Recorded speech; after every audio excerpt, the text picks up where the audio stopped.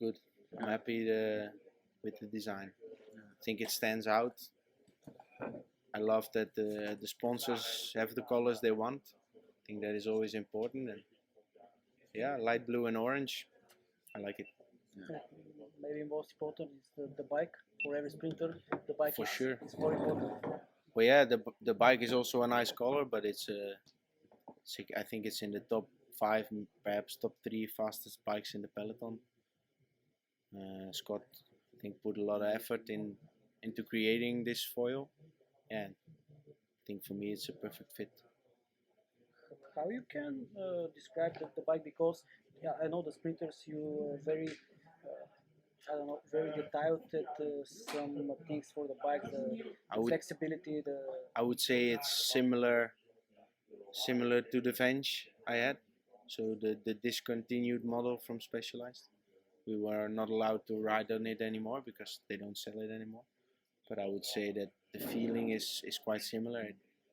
It's just once you get it up to speed, keeps the speed quite well, and you can just feel that it's fast. It's really an aero bike, and yeah, I think it's up there, like I said, with the Cervelo and the Canyon, also the Giant. I think those are the brands, yeah, you need to look at now for the top speed sprint bikes.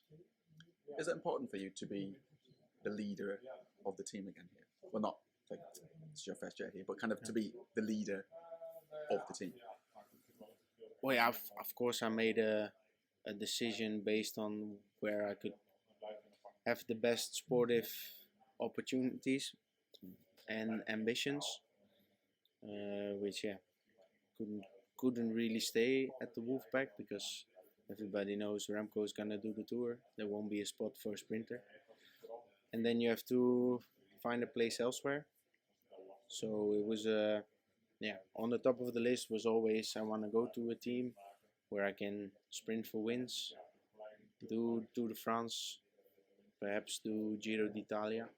So that's why this was immediately an opportunity and a good choice. And I also spoke with a few other teams, but this was the best option for me. And performance-wise, equipment-wise, and also being surrounded, building a lead-out train, and have like a dedicated sprint group to go to the races with. Just one question on Quickstep, just as a cyclist, as a fan, rather than as Fabio. Yeah. Do you think it's sad that kind of, obviously I know we understand why Quickstep's gone down this route, but is it sad that Quickstep, the sprinting team for 20 years, is no longer a sprinting team? Yeah, I would call it just a race-winning team. You know, it's just, and I know that a guy like Evenepoel wins a lot of races, but because you invest a lot in him, you cannot invest a lot in many other riders who would also win a lot of races. So you go from maybe 60, 70 victories in a year, like a few years ago, to having 10, 12 victories at the highest level with him. But you exchange maybe like 5 to 7 riders who would also win 5 to 7 races a year. So it's just not the same DNA anymore. But I understand the decision completely. I think we used to win races with 12 or 14 different riders from throughout the year, from beginning to end. And I think that'll change a bit now for them. But here you obviously see a lot of potential here.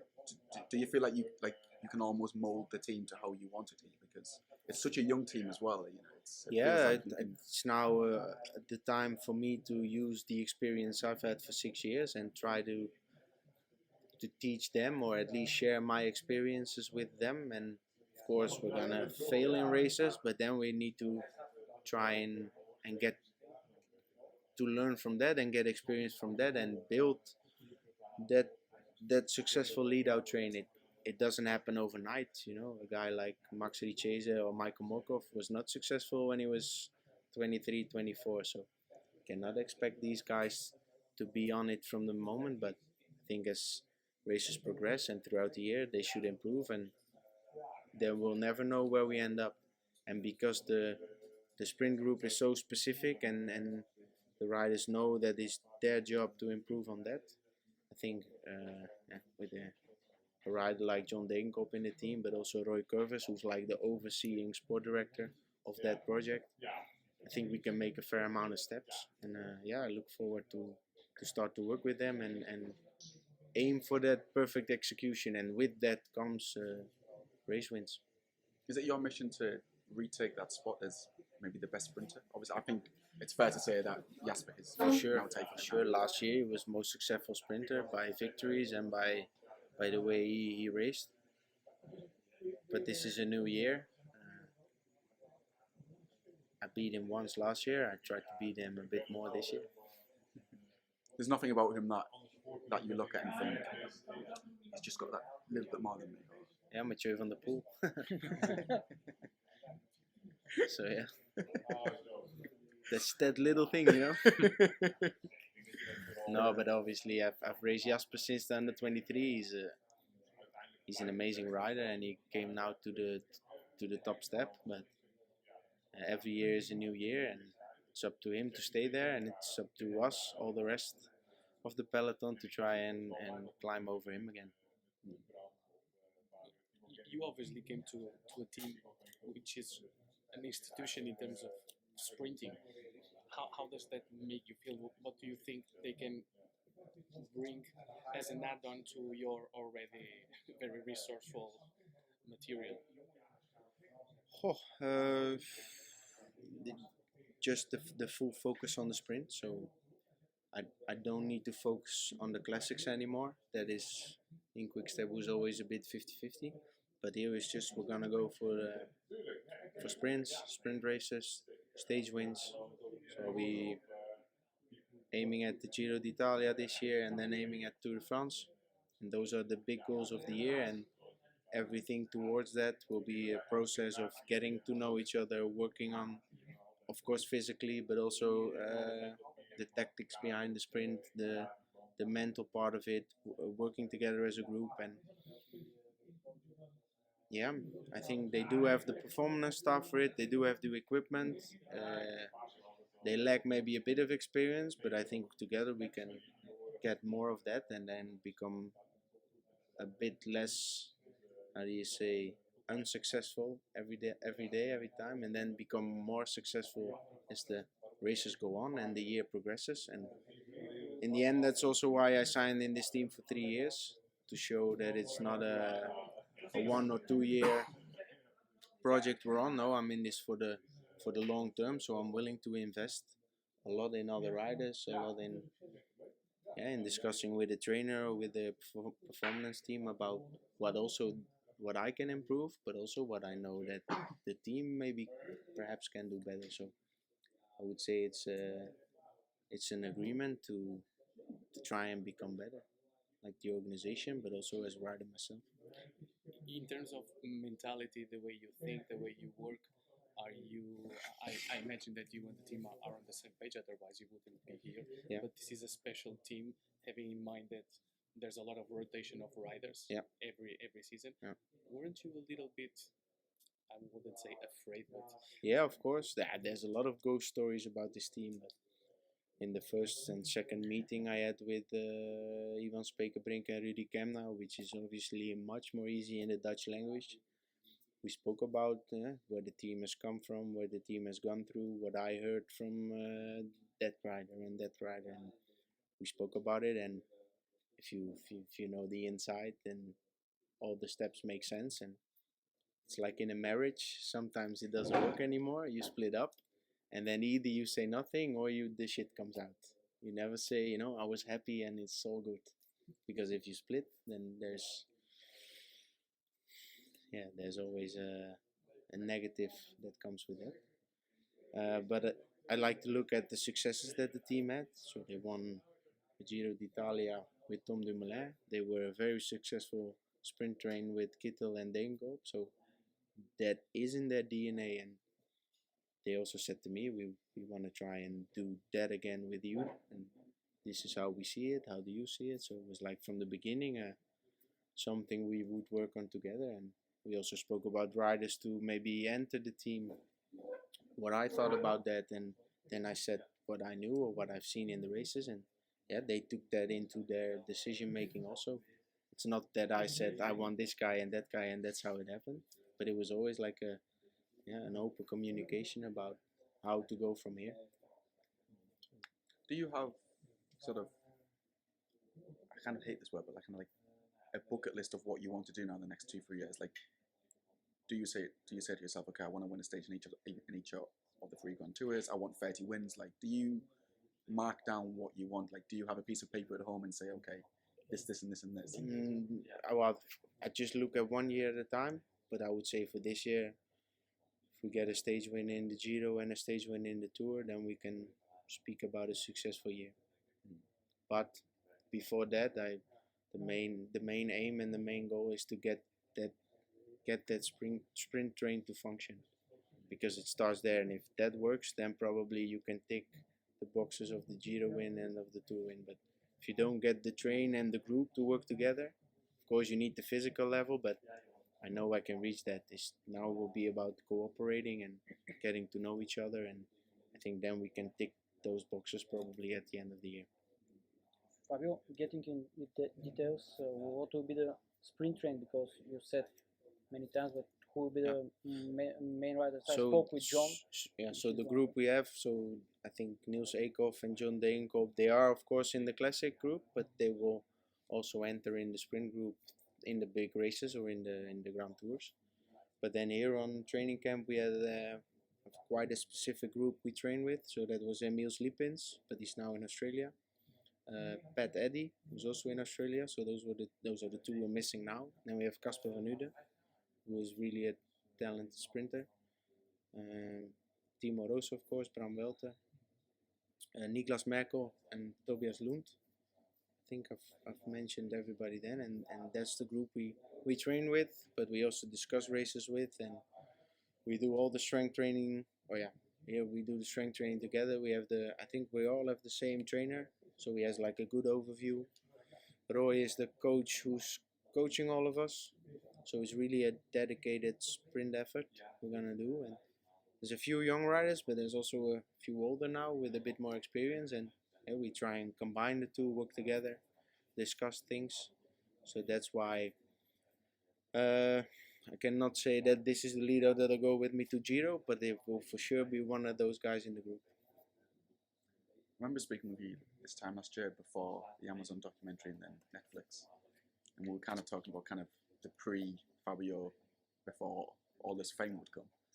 Did the fame ever really come, or no? I don't look at myself as famous. I'm just the same guy, you know. I started bike racing when I was 12, 13, and from juniors I made a step up, and then in under 23 I made a step up, and it's only when I get out of my comfortable home situation, or when I'm, let's say, out on a cafe with the group, then now there's a few Dutch guys who start to make jokes, because it's always Fabio fotoke. It's like Belgium for, can I take a picture? Because I was in the Belgian team, and when they see me in the race kit, then they recognize me, and then I'm famous. But I think if I just wear normal clothes and I go to a restaurant, it doesn't happen that often. So I just like to race my bike. I love to win races. I love to be with the team and work on that performance. So I don't think maybe I am famous, but it's in someone else's eyes and not in my own.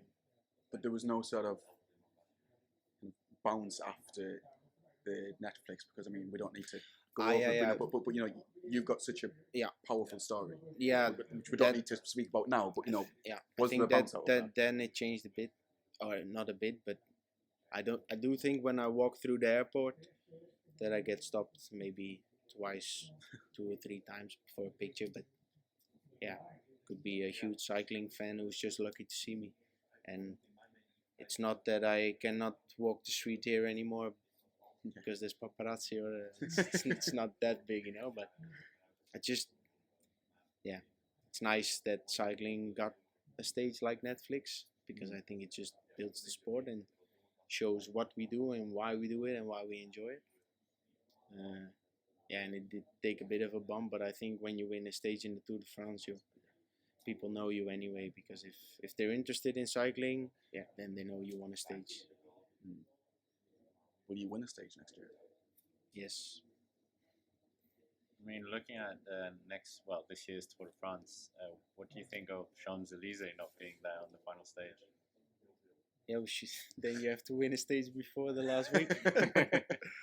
No, it's obviously a weird year with finish being in Nice and not in Paris, but yeah, with the Olympics being there, it's understandable. And I think as a sprinter, you now need to aim at the first 2.5 weeks, because the end is not gonna be for sprinters. So it will be a weird year, but in the end, a Tour de France will be a Tour de France, and there's still 21 stages, so a few good opportunities, and yeah, just need to save Paris for the year after. Is there still value in finishing next year's tour? Because you could say I'll just go home after stage 16, but is there still value in finishing a tour? Yeah, I think there is. Yeah. I think you always want to finish with. There's not so much else after to do, and yeah, when you are there, why not just continue? If I would be there and I would still be fit and feeling well, I would always try and finish the tour. Because if you feel good and you're close in, let's say, a green jersey, you're not gonna. If you're not sick and you're feeling okay, I think you should always continue. Yeah. Also because there's not a big goal for me after. It's probably 2-3 weeks of rest anyway, so you might as well try and get to the line in Nice. Are you looking forward to fighting against the time cut in those final 2-3 stages? It's the other side of the medal. Huh? You got the shiny front with the number 1, and then the other side of the medal is the mountain days, and I think that's also my strength, that I know that in order to try and be the fastest on the last 250, yeah, I'll probably be the slowest of the 180 riders into the France on an hour-long climb. Take us through your mind. Like, what's going through when you're going up a mountain and everyone's cheering for you, but you're in absolute agony? Like, what's... Yeah, just one leg after the other. No, normally it happened one time now that I was close to the time cut. But usually it's hard work, but it's doable. It's not like it's gonna be a struggle like that every mountain day. I think even this year with the crash I had, I was still quite comfortable within 4 or 5 minutes of the time cut. So I think you should also not make it bigger than it is. But if you do have a bad day on a bad moment, then the tour is brutal and there's always a possibility to go out. But I'm not gonna try and improve climbing to make it in the time cut more easily to risk becoming second or third in sprints. That would be a wrong way of thinking.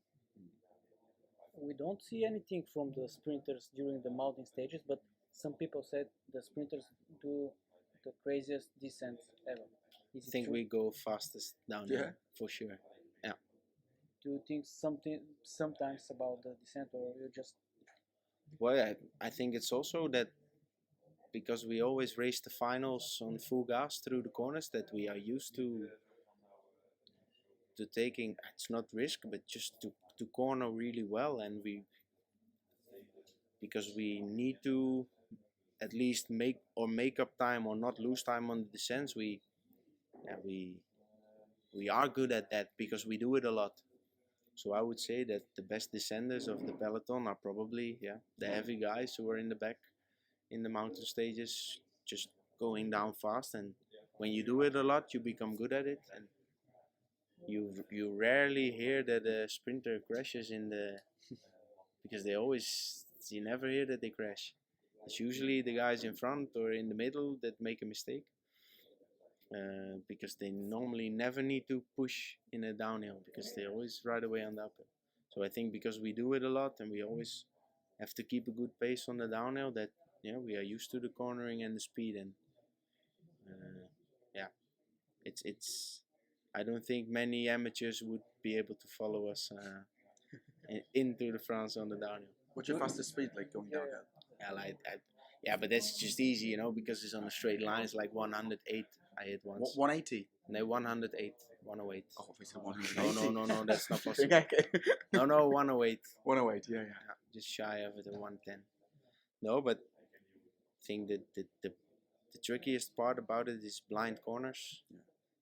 And then luckily now we have a Wahoo with a screen, so you can see the route, but you never know how much a corner bends. So it's the blind corners that are the most dangerous. But for sure corners we can see through how the bend is going. Yeah, we just go on the limit that you almost feel the tire slide. Yeah, that's how you get into the time limit.